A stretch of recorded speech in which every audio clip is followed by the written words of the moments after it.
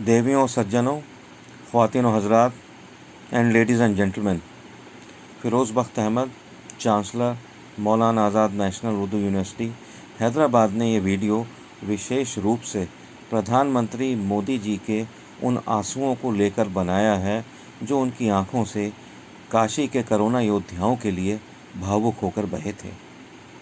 साथ ही साथ ये वीडियो उन बेदिल और बददिल कांग्रेसियों, वामपंथियों व विरोधियों के लिए भी है कि जिन्होंने इन आंसुओं की भावुक श्रद्धांजलि को क्रोकोडाइल टीयर्स पीआर बनाने का प्रयास और नाटक बताया। वास्तव में ये उनके अपने कुकर्म हैं जिनकी छवि में उन्होंने मोदी जी को आंका। दोस्तों, एक बात और बताता चलूं, प्रधानमंत्री ने जब जब आंसू बहाए हैं, चाहे वे संसद में ग़ुलाम नबी आज़ाद के लिए हों या अपनी माँ हीराबेन मोदी के लिए बहाए हों कि कितनी क़ुर्बानियाँ देकर उन्होंने उन्हें पाला पोसा, उनके भाई बहनों को पाला पोसा। विपक्षियों ने सदा ही उन पर बड़ी भोंडी और भद्दी टिप्पणी की, बल्कि ये कहना होगा कि अट्टहास किया और यहाँ तक कि खिल्ली भी उड़ाई। मैं किसी का नाम लेकर अपनी ज़बान को नापाक नहीं करना चाहता, मगर ऐसे महानुभावों को मैं बता दूं कि यदि उन्हें ऊपर वाले पर विश्वास है तो ये जान लें कि उसकी लाठी बेआवाज़ होती है, कभी भी पड़ सकती है। और ये भी सुन लें कि किसी दुखे दिल का मजाक ना उड़ाएं। क्यों? क्योंकि उसकी आवाज़ फर्श से अर्श पर जाती है। देवियों, सज्जनों, ये भी बताता चलूं कि मोदी जी का जो हृदय है वो फूल की पंखुड़ी जैसा कोमल एवं निर्मल है।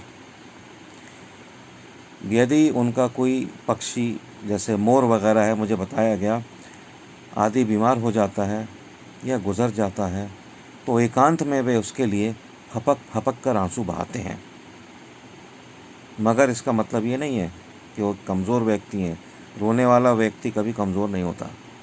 दूसरी ओर आप ये भी सुन लें कि जब तंत्र की बात आती है तो यही दिल फौलाद से भी ज़्यादा मजबूत हो जाता है, जैसा कि आपने फौजी मोदी को गलवान घाटी में चीन को धूल चटाते हुए या पाकिस्तान में आतंकियों के ऊपर सर्जिकल स्ट्राइक करते हुए देखा होगा। दोस्तों, एक बात मैं कहने जा रहा हूँ, थोड़ी कड़वी बात है, बुरी तो लगेगी, मगर फिर भी सभी मोदी विरोधियों से एक प्रश्न पूछना चाहता हूँ। एक छोटा सा प्रश्न है कि भाई, जब भी किसी बात पर आपके माता पिता, दादा दादी या किसी बड़े को फैमिली में कोई गम होता है या आंखें नम हो जाती हैं, तो क्या आप उनको भी नौटंकी बताते हैं?